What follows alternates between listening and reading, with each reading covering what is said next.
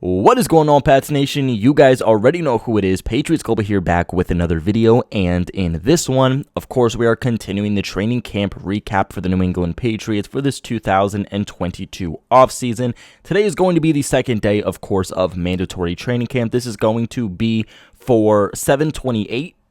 And before we get into today's breakdown, I do want to thank everybody who did show out today for my segment over on Bleacher Report. This was a big step forward for me here in my career from a professional standpoint. So I do appreciate all of you that decided to show out, show support for me, and show out for the Patriots Global family, and of course, Pats Nation show. Shout out to you guys. But to get into today's breakdown, general notes here, the guys who are not participating, really for the most part, were the same guys as yesterday, although Dietrich Wise was added in here. So overall, James White, Andrew Stuber, Chasen Hines, David Andrews, Dietrich Wise, Jonathan Jones, Miles Bryant, Jabril Peppers, and Jake Bailey. I do hope that at some point we get to see Jabril Peppers in the near future. I think that he is going to be a key piece to this Patriots defense in a multitude of different ways schematically.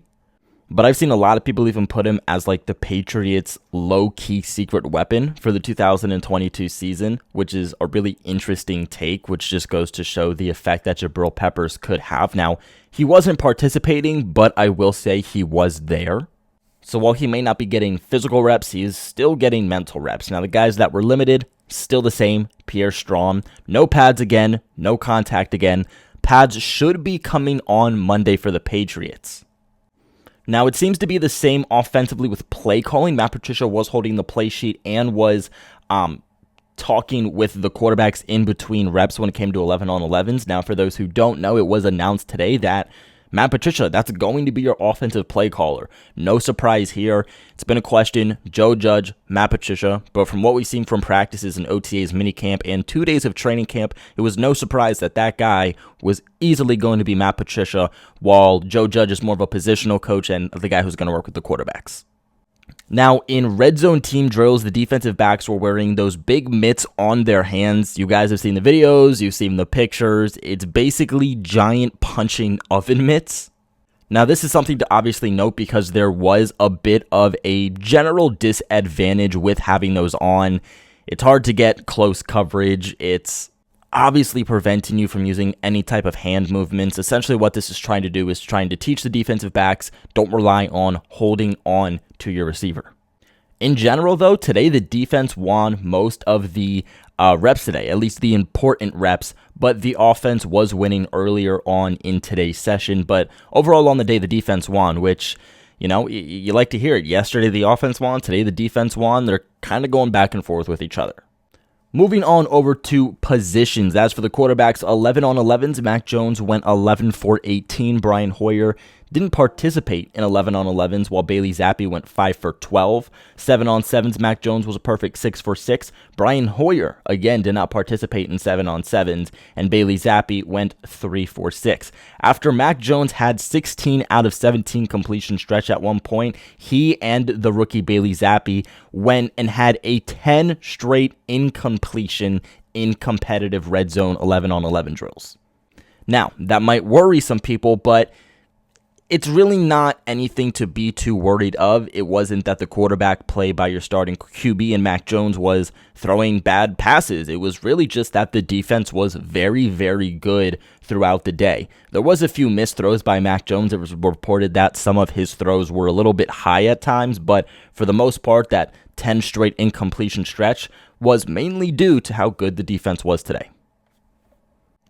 Now, moving on to running backs here, because we actually got more news about the running backs than we did yesterday for day one. The running back order in most competitive drills has been, as you would expect, Damian Harris, Ramondre Stevenson, J.J. Taylor, then a couple of others randomly mixed in there. Now, J.J. Taylor committed the first fumble in one-on-one pursuit drills because of it. Of course, you already know he had to run a lap. Not a good start for J.J. Taylor, a guy who really has to show out. He has to show out and prove that he has some type of role for the Patriots, whether that's as a running back, on special teams, a pass-catching back, or even a blocking running back, which the Patriots kind of still need to figure out, especially with Brandon Bolden, who is your main blocking running back, being out. He obviously signed with the Raiders this offseason, but overall, J.J. Taylor gonna need to step it up. Not looking good for his potential at making the final roster for the Patriots. Now, higher volume of passes today when it came to the running backs. Not as much running plays, more so getting these running backs involved within the passing game, setting them out wide, passes out of the backfield, quick dump offs to the running backs, a lot of check downs, screens, those types of plays was really the name of the game for these running backs. Moving on to wide receivers, there was only one drop today. That was by Kendrick Bourne. Devontae Parker caught a 10-yard back shoulder touchdown over Jalen Mills today, a perfectly thrown ball by Mac Jones. The coverage by Mills wasn't bad. Wasn't great, but it wasn't bad. It was just a great adjustment by Devontae Parker and just an excellent place ball by Mac Jones. If you guys haven't seen that video is on my channel. Go ahead and check it out if you guys, again, want to see the play that I'm talking about. Now, Kendrick Bourne was still factored in today a good bit. Obviously, this is going to be one of your top receivers, and he is still continuing to show out as he caught a touchdown on a nicely thrown ball from Mac Jones. Another nicely placed ball by Mac Jones where he lofted the pass up, and overall, just a good catch by Kendrick Bourne in coverage. Now, Tyquan Thornton mixed in a little bit more with Mac Jones today in the starters, at least more than we have seen from the past. It was reported yesterday that he's getting off a little bit slow. He's looking a little slow mentally, still having trouble picking some things up, but looks like he was factored in a bit more today. Now, moving on to the tight ends, there's much more to talk about with the tight ends here today. Now, Hunter Henry, he was a lot more involved than we've seen probably the entirety of the offseason. He made a really nice contested grab over Kyle Duggar today on a high throw from Mac Jones. He and Mac Jones also connected later for a touchdown in 11-on-11s. That was the only touchdown in 11-on-11s. Now, Jonnu Smith also continuing to have a good offseason here, continuing to prove that last year it was a fluke, and Jonnu Smith, he's going to show out. Now, we're expecting to see a lot more two tight end sets for this upcoming season. There just seems to be, in general, in practice, a lot more two tight end packages, a lot more two tight end sets being utilized by the Patriots in practice, in training camp, in OTAs, mini camp, than we saw this time last year. So although we didn't get a lot of two tight end set packages last year, it could be something we see this year. But Jonnu made a really nice leaping grab today over Joshua Bledsoe on a throw from Bailey Zappi. It was considered one of the best plays of the day. Overall, the tight ends were the most productive pass catchers out of receivers, running backs, and the tight ends. As for the offensive line here, not much to say. Trent Brown did have to run a lap today due to a penalty. That's about all we got here with the offensive line. Nothing changed. As for the defensive line here, Matthew Judon, Christian Barmore, and Ronnie Perkins all would have had sacks today. Now, unfortunately, Ronnie Perkins is not factoring in as much with the starters as he was doing in spring. What case this is, for what reason, I'm not sure. We'll have to continue to see how this storyline continues to develop, especially with the second half of training camp. I do believe the second half of training camp is more important than the first half and how you perform. But at least for now, looks like Ronnie Perkins is not really rolling with the Patriots starters at this current time. Now, Henry Anderson was involved with the Patriots today, a guy that the Patriots signed last year in the offseason. Unfortunately, had a season-ending injury. We didn't see much of him at all last year, but he was the most involved today than we've seen him in any practice so far with the Patriots. Moving on to linebackers here. Raekwon McMillan, guys, continuing to factor in a lot with the Patriots starters. Same thing's been happening all offseason. The storyline started this time last year.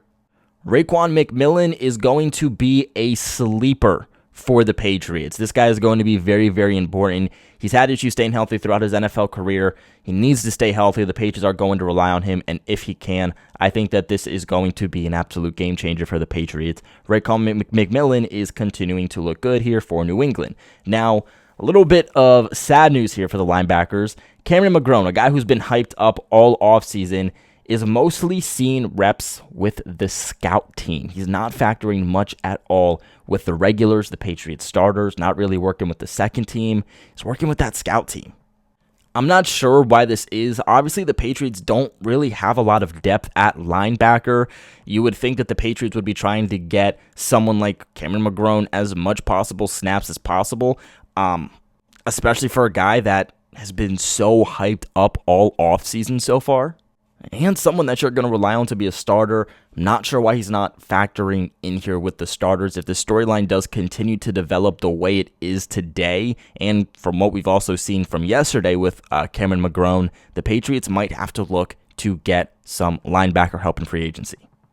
Now, as for pass breakups here for the cornerbacks, Jalen Mills and Shaun Wade both had one. Shaun Wade continues to be your slot cornerback with Jonathan Jones out of the mix. As for your starting outside cornerbacks, it's the same as it was yesterday. Jalen Mills and Terrence Mitchell are the guys mostly working as the first team boundary cornerbacks. This makes a lot of sense. Both of these guys have the height to be able to match up with receivers on the outside. At this current time, they've been the most consistent players as boundary corners. This is probably the biggest camp battle to watch, the biggest storyline here, camp battle-wise, that we're watching. So this is definitely going to be something to continue to watch. Is Malcolm Butler getting time on the outside? Is Jack Jones starting to step up for this to become a battle? Because right now, it's not looking like much of a battle. As for Malcolm Butler, he actually had a really great rep today against Nelson Agholor in red zones when it came to 11-on-11s. Looks like he wanted to get some revenge when Nelson Agholor beat him yesterday for the first day of training camp for a 50-yard touchdown.